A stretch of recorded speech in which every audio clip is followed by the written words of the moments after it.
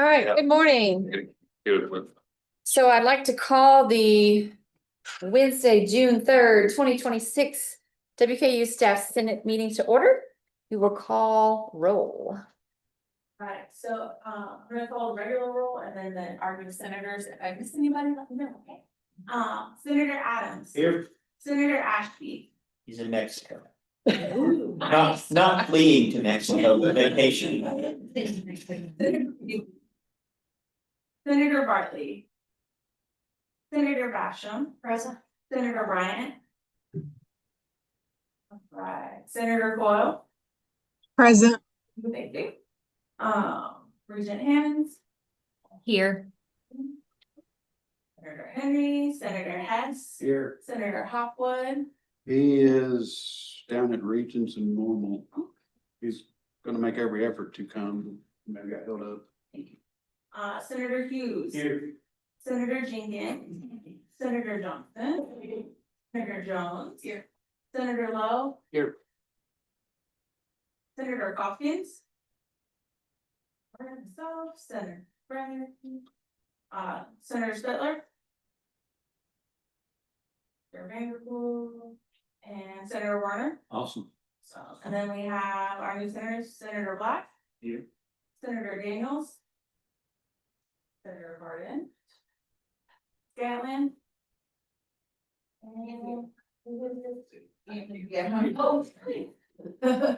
And Senator. Okay. Thank you. All right, so our agenda and last month's minutes, my goodness, were sent electronically. Do we have any adjustments or objections to anything? Okay, hearing none, we're going to consider those all good. So now we start off with our Christopher Ware Staff Star Award.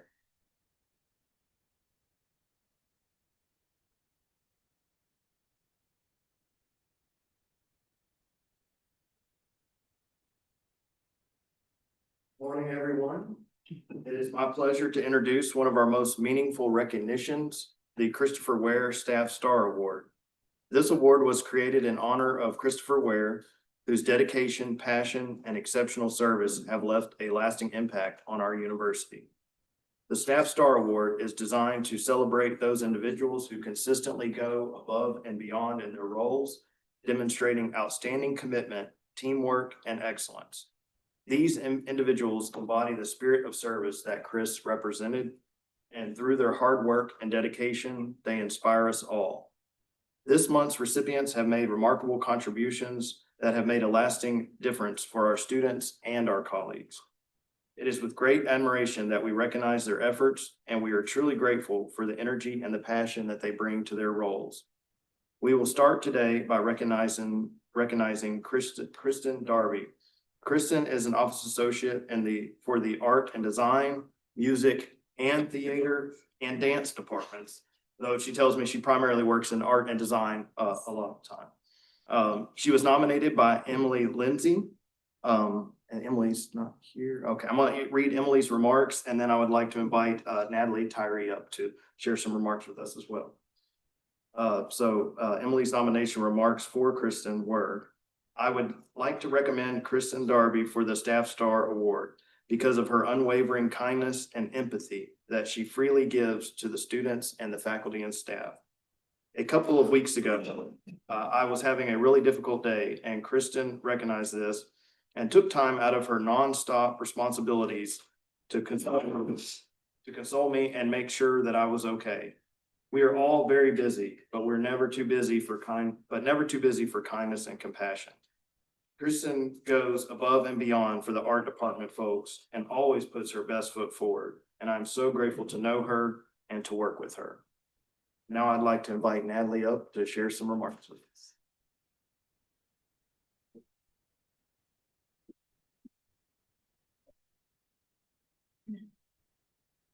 So I'm here on behalf of Christina Arnold, but we prepared a few remarks for Kristen. Kristen is a team player who is welcoming to all who walk into her office.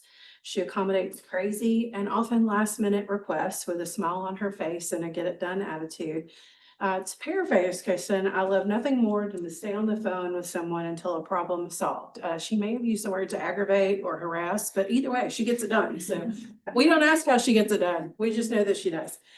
She completes all the purchase requests across multiple units, from art supplies to prepping for departmental ice cream socials. She does it all. And we're thankful to have Kristen as a part of our team. Thank you. And if you'd like to come forward and present the award, please. Only you would be the picture, Richard.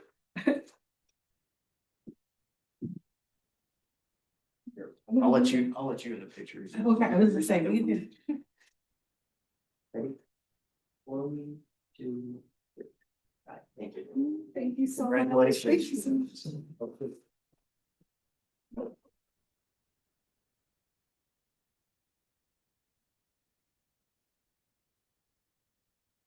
Okay, so next we'll be recognizing Marcy Moorhead. So speaking of purchasing and helping us with supplies, Marcy is the purchasing manager in the procurement services department, which we know is purchasing.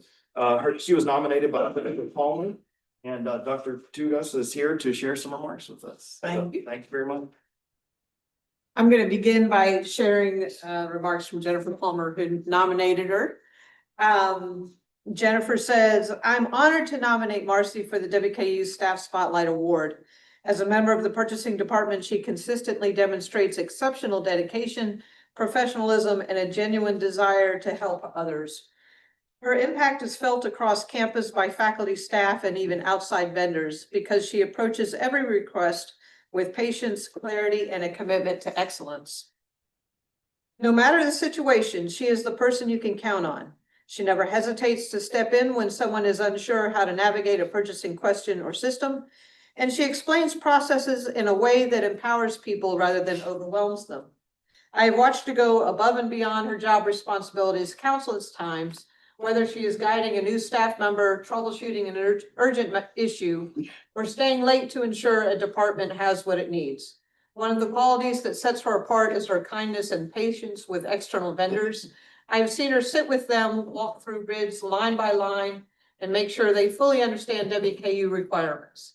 She treats everyone with respect and genuine care, and this not only strengthens vendor relationships, but reflects positively on WKU as a whole. Her work ethic, integrity, and positive attitude make her a true asset to the university. She embodies what it means to support others, and WKU is better because of her presence. For her unwavering dedication in the countless ways she makes our campus stronger, I wholeheartedly recommend her for this recognition. So well said, Jennifer. It's a pleasure to work with Marcy on a daily basis. And I think when I promoted her to the management position, she had some questions about the leadership roles and responsibilities. And I said, 90% of leadership is being a people person, and you have that hands down. And so a lot of that comes naturally to Marcy. One of the things that she does within the department is maintain office morale. She's a primary cheerleader for all of the staff, and organizes things like birthday parties when and other social events. And keep people together, kind of maintain that team spirit.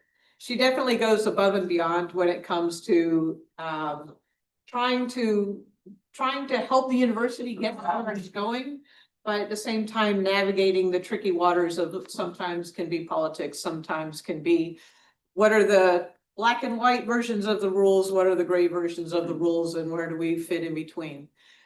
So it's a pleasure to work with Marcy on a daily basis and wholeheartedly support her nomination as well. Thank you. Come on down, Marcy.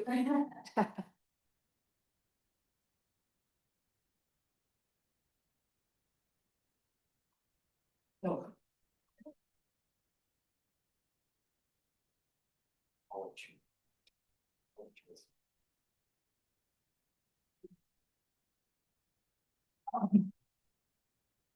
Thank you very much.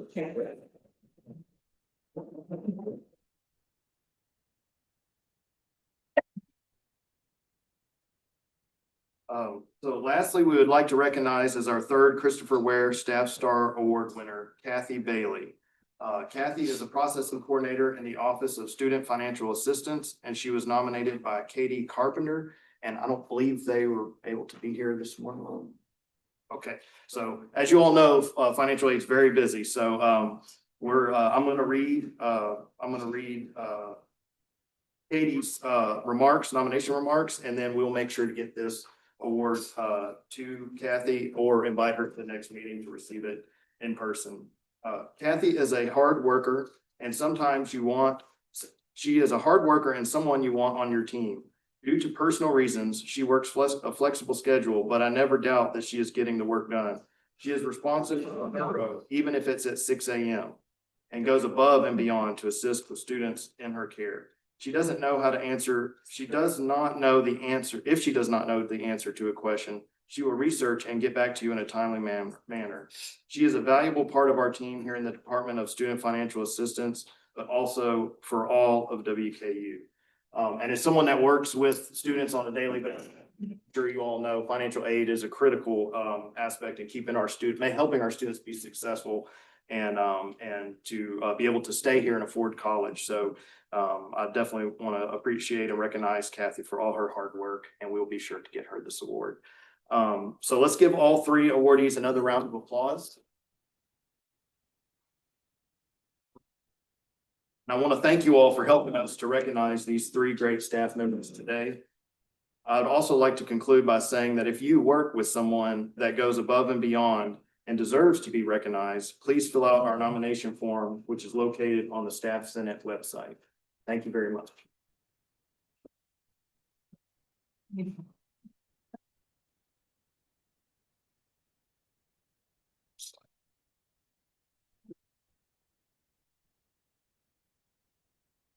All right, so now we go to our officer committee reports. So me first, I did not get to meet with President Caboni because our normally scheduled Monday would have been Memorial Day. So, Herb, do you have an update for the BEC? Yeah, we had a meeting yesterday and they just went over the budget that's gonna be proposed to the regents. Went over the parameters they used to come up with that budget and pretty much flat budget, same as last year with no compensation. All right, Vice Chair. I don't have a specific report. I did want to share that I was asked to serve as a staff representative on a committee through HR that is just reviewing in a general sense some of our leave policies. And we've had one meeting, just informational, kind of understanding what the policies say now, if there are any places of ambiguity in the policies where clarity could be added. So no action's been taken, but I just want to let you know that committee exists and we do have a staff representative on it.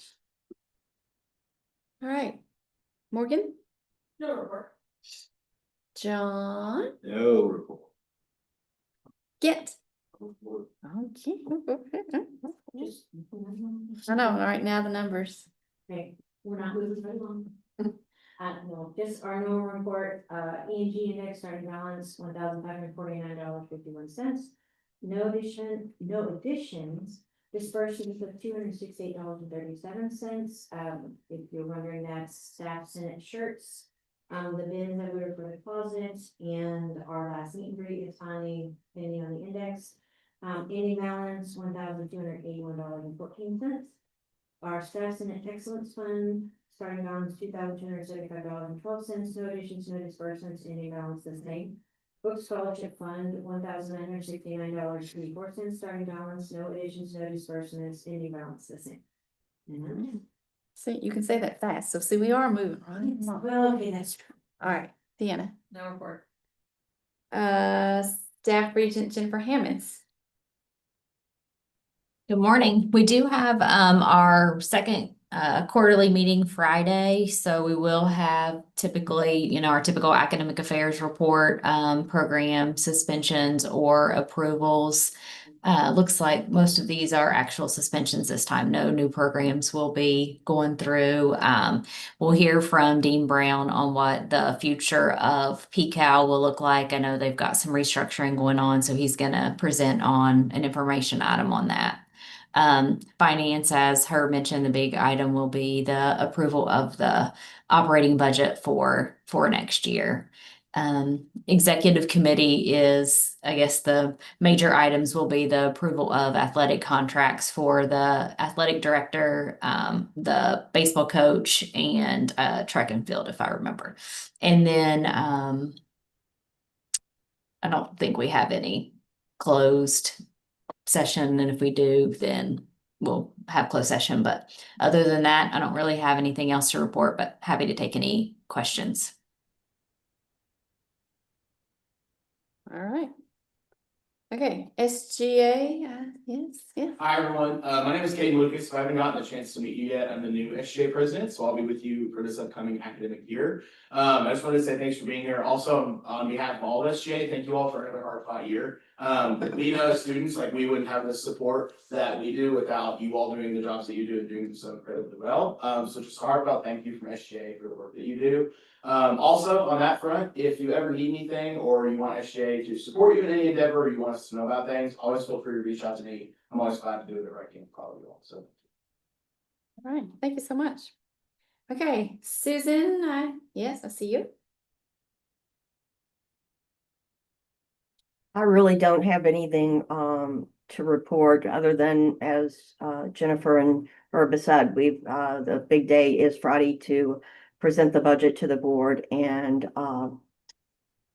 get all that worked through. Today's an important day. We are pricing the bonds for the housing project. Couldn't be going any better. The pricing is coming in. I think we still have some time left on the floor, and at this point, we're almost 10 times oversubscribed than what we need, meaning more orders than we have bonds, and so, which means usually a very favorable rate. So that's a big day in the housing world today. All right, good news, thank you. Okay, then we will move on to any old business. Do we have any? I didn't have anything. No, no. All right, any new business? Okay, public comment. Oh. For each Senate meeting, I usually stop and ask fellow employees if they have anything they want me to pass along to the Senate. And today, one of my coworkers shared this with me. Employee morale is horrible. He said he could see it all across campus as he made deliveries. You don't even have to ask. All you have to do is say good morning, and people will start telling you how bad things are. And then he made a suggestion. Bring back weekly free meals at Fresh, because a small benefit like that would go a long way toward improving morale. True or not, the perception out there is that the university is doing nothing while inflation and budgets cuts eat away at our livelihood. That perception won't change until the university does something, anything, to show that they're having the people that keep things running. In short, we need a win, even if it's a small one. And I think he's right, fellow staff members. I think we need a win, and I look forward to working with you guys in the upcoming term to secure that win. Thank you. All right, anyone else? This may not be a question for the staff senate, and honestly, I don't know who the question is for. But I'm kind of curious about the housing changeover. When is Gilbane taking over? You know, we were kind of told it was June the 1st. But I know, like, in facilities, we're still going over there and like doing building walks, and there's no staff there. So is Gilbane taking over June the 1st? Is WKU still going to be taking care of the maintenance on the dorms? I don't know if that's a question for Susan or a question for Jennifer, but it seems like there's not a lot of answers.